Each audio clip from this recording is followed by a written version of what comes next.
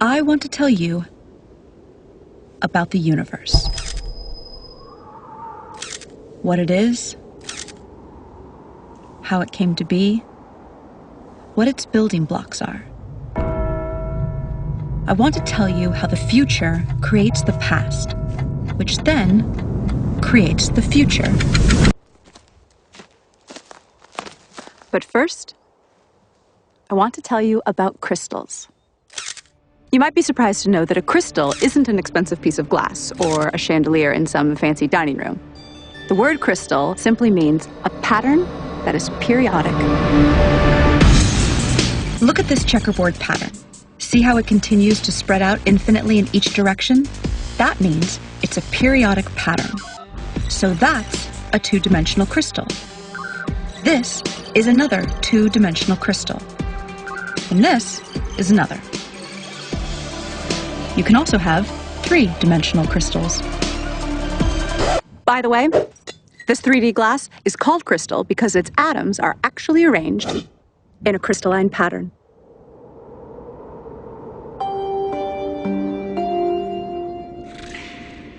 So, see how I'm projecting this three-dimensional crystal to a two-dimensional image on the sand? See how the 2D projection looks distorted because of the angle of the projection? That 2D image also has a pattern, but it isn't periodic. So, it's not a crystal. But there's a deep connection between the 2D object on the sand and the 3D mother crystal. This distorted 2D pattern is called a quasicrystal. A quasicrystal in a certain dimension, in this case 2D, is a projection of a crystal in a higher dimension, in this case 3D. A group of physicists in Los Angeles is working on a new physics theory where a particular 8D crystal, yep, that's right, an 8-dimensional crystal, is projected to 4D at a very particular angle, which forms a 4D quasicrystal. And from this 4D quasicrystal, they derive a 3D quasicrystal, which they believe is the fundamental substructure of all of reality. This 3D quasicrystal has a fundamental building block, a tetrahedron, which is a three-dimensional equilateral triangle. The size of each edge on this shape is the smallest possible length that can exist. This is called the Planck length. It's 10 to the 35 times smaller than a meter. So you know how your TV screen is broken down into building blocks called pixels? A pixel is the smallest possible indivisible unit of the 2D screen. So think of reality as your TV screen, but in 3D. And think of the tetrahedron as a 3D pixel, the smallest possible indivisible unit of reality.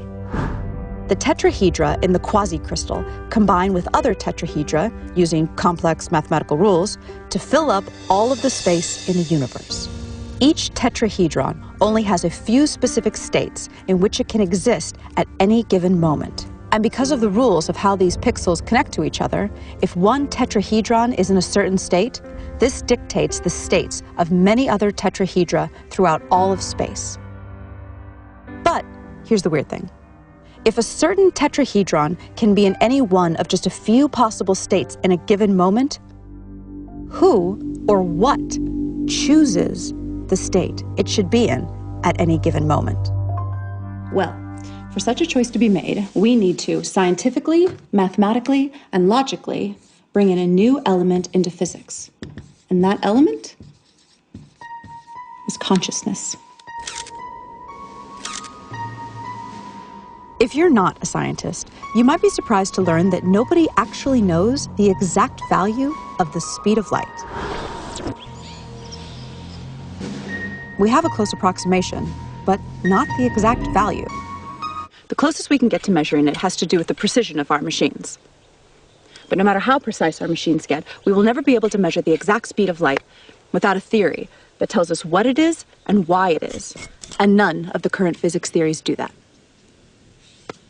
Oh look, Professor Einstein, you look so cute. So I look pretty here? Yes, yes. No, wait, that's my bad side. What if I go... Ja, das ist gut. What if I stick out my tongue like this? Bah! Sehr gut.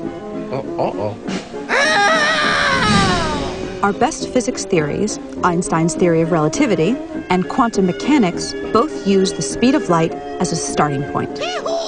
In other words, they use an inexact measurement of the speed of light without explaining why it is, what it is, or why the universe even has a speed limit in the first place.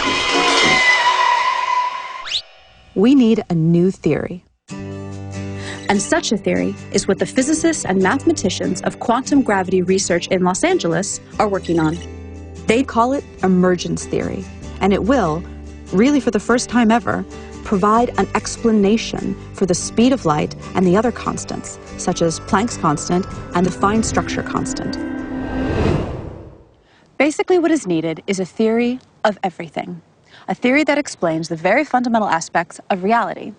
String theory, which once held a lot of promise for possibly being a successful theory of everything, has not made any successful predictions. And regardless of predictions, the theory itself isn't actually a theory of everything. It's just not, because it can't explain the speed of light or the other constants.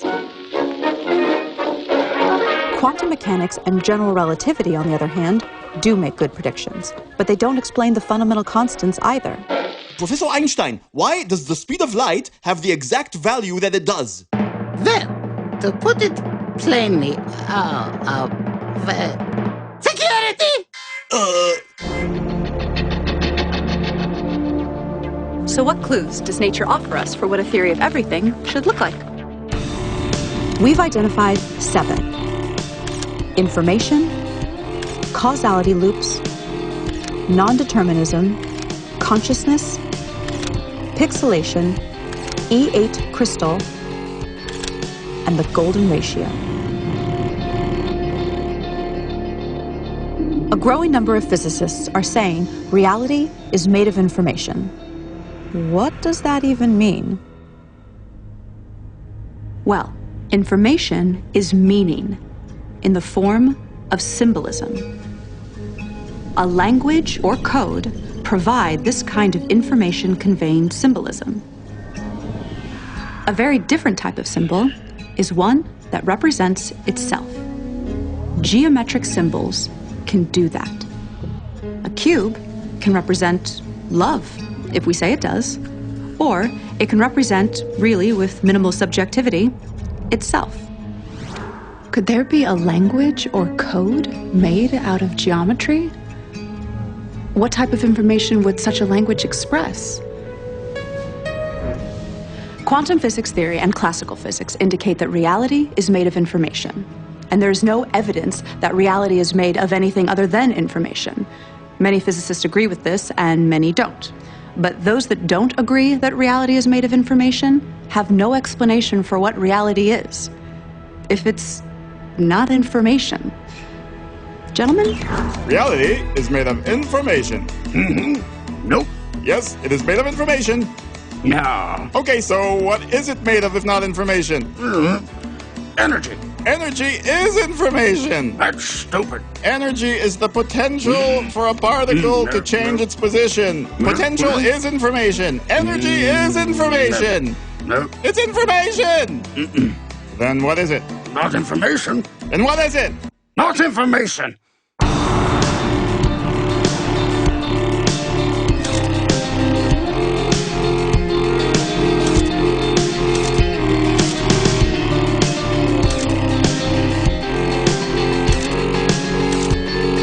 Reality is geometric.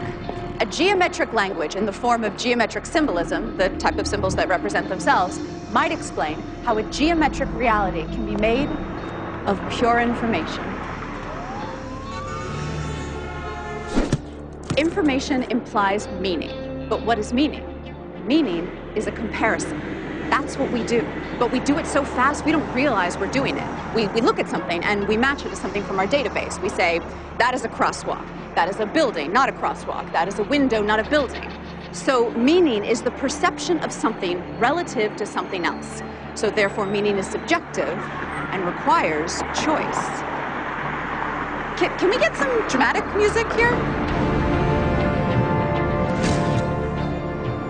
Because meaning is subjective, for it to even exist, it needs to be perceived or measured by some form of consciousness.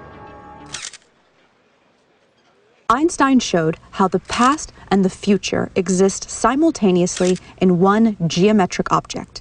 So all time exists all the time. Let me say that again. All time exists all the time. I know that sounds kind of weird and unintuitive, but we have to kind of suspend our common sense.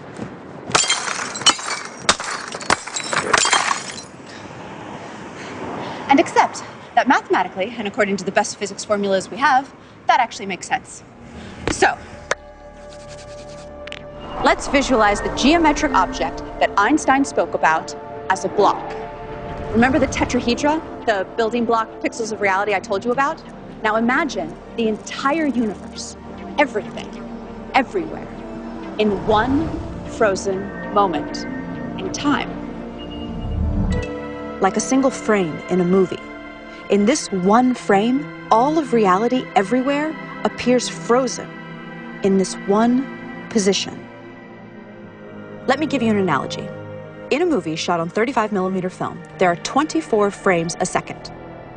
There is no actual movement in a movie. There is just a sequence of frozen frames. Now remember how I told you about the Planck length of space, which is the smallest length possible? Well, there is also a Planck length of time, and it is much shorter than 24 frames a second. In fact, it's 10 to the 44 times shorter than a second. Okay, so back to our frozen frame of reality. The entire universe in one frozen moment, one frame. But instead of a frame in a movie, it's a frame in all of reality. Now, imagine the next frame. Each frame is different from the previous one, just like in a movie.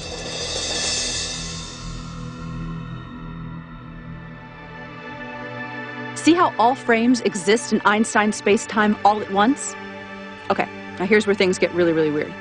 We assume that the past influences the future. That's how we appear to experience reality. But when you look at this block, why would one side be the past and one side be the future? Why go left to right and not right to left? Why can't the future influence the past? Take away the names past and future if that helps you think of this concept. So what if the past influences the future and the future influences the past in an endless feedback loop? So then, the question is, which part of the past is influencing which part of the future and vice versa? And the answer is, all time is affecting all time, all the time. Ay, I need a drink.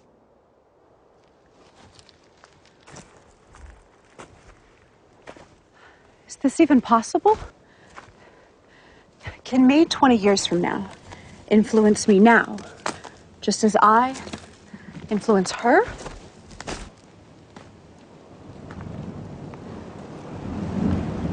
So can me 5 minutes from now influence me 10 minutes ago, just as me 10 minutes ago influences me as a baby, just as me as a baby influences me on my deathbed?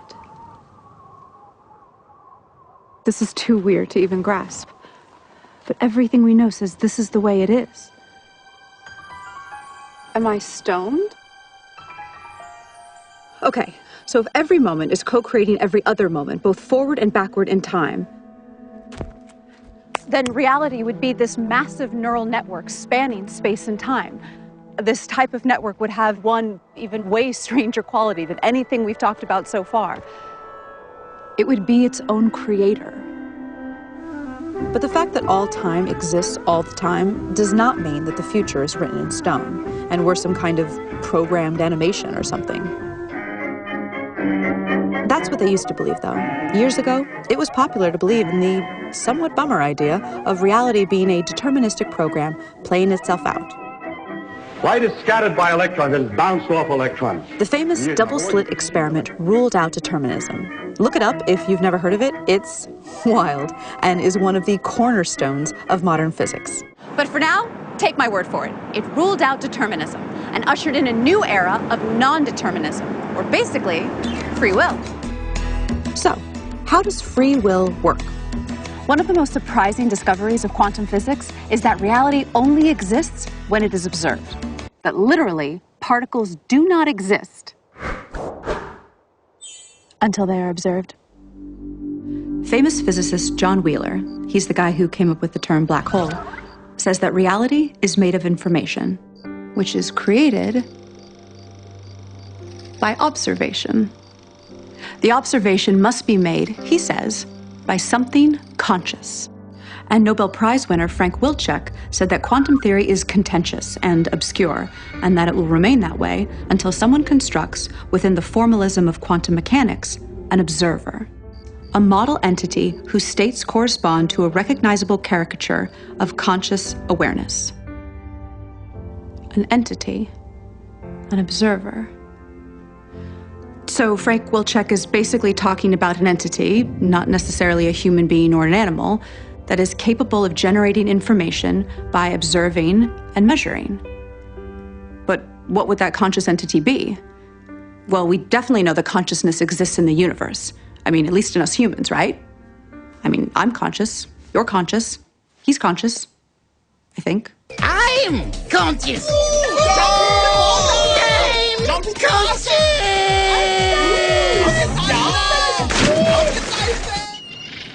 Consciousness relates deeply to physics in ways not yet fully understood. In fact, consciousness is kind of like one of the least understood things in all of science. Nobody knows exactly what it is. Weird, right? So if reality is pure information, if everything, energy, matter, thought, if it's all information, then it becomes clear that reality deeply ties into consciousness in some way, as if the fundamental stuff of reality is somehow consciousness. Did consciousness and information somehow emerge in a causality feedback loop? German physicist Werner Heisenberg developed the first equations of quantum mechanics using a type of math called matrix theory. He deduced that space and time were pixelated into indivisible three-dimensional Planck-length units, just like the two-dimensional pixels on your computer screen. It's good to be made of pixels. The mathematics indicated this. Mathematics. I love mathematics. Your pizza, Professor. And pizza. Oh, I love pizza. Especially pixelated pizza. And interestingly, there was no solid experimental evidence for smooth, in other words, not pixelated, space-time. Pizza. Not pixelated. Not pixelated. Pixelated. We are not pixelated. Not pixelated. Yes, you are, morons. Your mother is pixelated. This is smooth. There is no evidence of that. And the mathematics show it is pixelated, so it must be pixelated. Oh, that's interesting. Bullshit. It must be pixelated. Bullshit, bullshit, bullshit, bullshit. On the other hand, most scientists agree that a length can be no shorter than the Planck length, which suggests reality is pixelated. There is no length shorter than the Planck length. That means reality is pixelated. I'm not pixelated! I'm not! Dude, you're kind of being a little like one of those people who deny evolution because they can't handle the fact their ancestors were monkeys. Are you a monkey? Huh? Are you a little monkey? We believe that until a quantum gravity theory of pixelated spacetime is discovered, the issue will remain confusing for everyone. What type of geometric code would describe a pixelated reality? 80 years of smashing particles together in particle accelerators, such as the famous Large Hadron Collider in Geneva, have given us a strange clue that all the fundamental particles and forces convert into one another. Like they literally transform from one to the other, according to a process called gauge symmetry transformation. And all of these conversions correspond to a shape. And not just any shape, an 8-dimensional shape. Now this shape forms a crystal. Now remember, crystals are periodic patterns of a certain shape. Like that checkerboard is a 2D crystal made up of squares. So this crystal is of a particular 8-dimensional shape. And this crystal is known as the E8 lattice.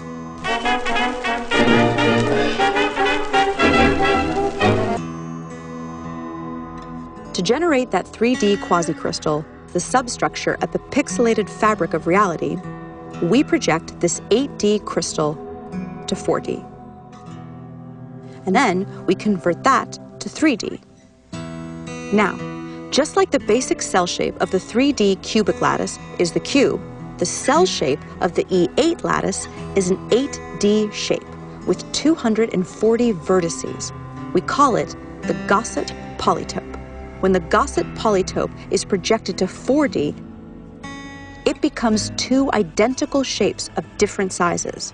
The ratio of their sizes is a unique number, 0.618, also known as the golden ratio.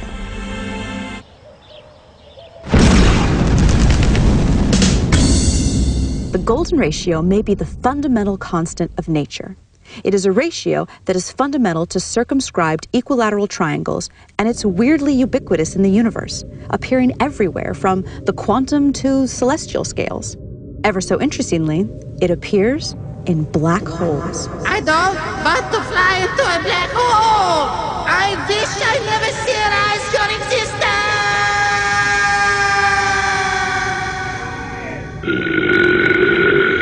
Okay, let's get serious for a second. Here are 3 quick facts for you science heads. The golden ratio is the precise point where a black hole's modified specific heat changes from positive to negative. And it is part of the equation for the lower bound on black hole entropy. The golden ratio even relates the loop quantum gravity parameter to black hole entropy. Why does this support the claim that the golden ratio is the fundamental constant of nature? Because a theory of everything must unite general relativity with quantum mechanics, and a black hole is where these two theories converge at their limits. Okay, so bear with me through some really weird math right now, and I'll reward you with some amazing footage of John Malkovich getting a pie in the face. There's a type of mathematics called matrix mathematics. No, not that type of matrix.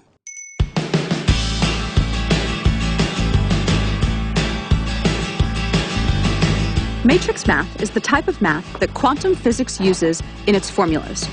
Without getting too technical, this is an example of a matrix. A matrix is just a group of numbers that are arranged in columns and rows. And there's a certain amount of combinations for these numbers inside the matrix. Like if a matrix has 4 numbers inside it, there are 24 different possible combinations for those 4 numbers. Quantum mechanics uses matrices that are binary, so they only contain various combinations of 2 numbers. Each of these combinations of numbers has a value. It's called an eigenvalue. Some eigenvalues are called trivial. These are values like 1, 2, and 0. And some are called non-trivial. And those are all sorts of more complex-looking numbers. So, here's the interesting part. Where's that interesting part? Oh, yes, here. The highest probability non-trivial eigenvalues that show up in binary matrices are, ready for this, the golden ratio and -1 over the golden ratio. So we now see a deep link between black holes and quantum mechanics because the golden ratio appears deeply in both black hole physics and in quantum mechanics. Okay. Good job bearing with me. So, here's your reward. John Malkovich getting a pie in the face. No, I don't want, no. But I'm not John Malkovich. Pie! The golden ratio appears to startling accuracies in many other ways throughout the universe in scales both large and small. It is so prevalent that its existence simply cannot be looked at as coincidental. In the past, the appearance of this ratio has usually been ignored by scientists because they had no way to explain it. So interest in it was considered the stuff of amateur scientists. But now, for the first time, a rigorous quantum gravity theory is being developed, which predicts the golden ratio's existence, literally, everywhere. So what would a theory of everything look like that answers these 7 clues we just presented? Information, causality loops, non-determinism, consciousness, pixelation, E8 crystal, and the golden ratio. So we think reality is a mosaic-like code or language at the smallest scale of reality possible, which is called the Planck length. Particle accelerator data tells us that all particles and forces relate to one another according to a higher dimensional crystal. called the E8 lattice. But reality appears to be 3D. So we project a slice of this E8 crystal down to 3D, which produces a quasi-crystal code or language. And that allows these geometric symbols to build up to the ordinary world of particles and forces that we see around us.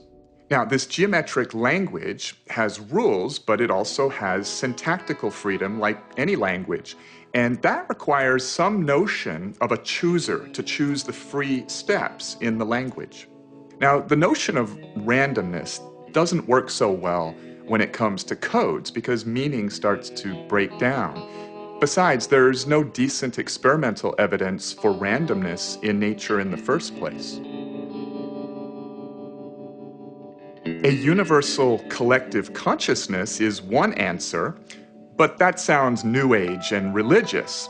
Now, nowadays, a good number of physicists discuss the idea that our whole universe is actually a code-based simulation in some fantastically powerful quantum computer in another universe. Now, if true, then by the same logic, that other universe where the computer running the simulation of our universe is would also supposedly be a simulation in another universe. So the idea is a little shaky, but it's being discussed seriously by a lot of credible people. But it turns out that a universal collective-like consciousness of some sort may be physically inevitable. Now, we don't need to anthropomorphize this idea or make it religious or spiritual.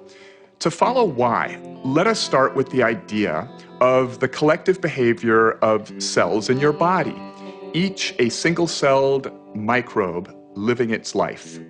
A long time ago, only this sort of cellular life form existed here on Earth. These little guys were not too smart, but they did choose what direction to swim and could chase nutrients, reproduce, and run from dangerous things. They made choices with their very simple systems of environmental awareness and desire to survive. Then they self-organized into colonies that were smarter as a group and had more environmental awareness than the individuals. Eventually, animals such as humans emerged. Sophisticated forms of awareness and consciousness now float on an ocean of 37 trillion living cells, self-organized as a human being. It is specifically the laws of physics that caused electrons and quarks to self-organize into 81 stable atoms, and from there, into human consciousness. And physics places no upper limit on the amount of energy and matter that can self-organize into conscious systems.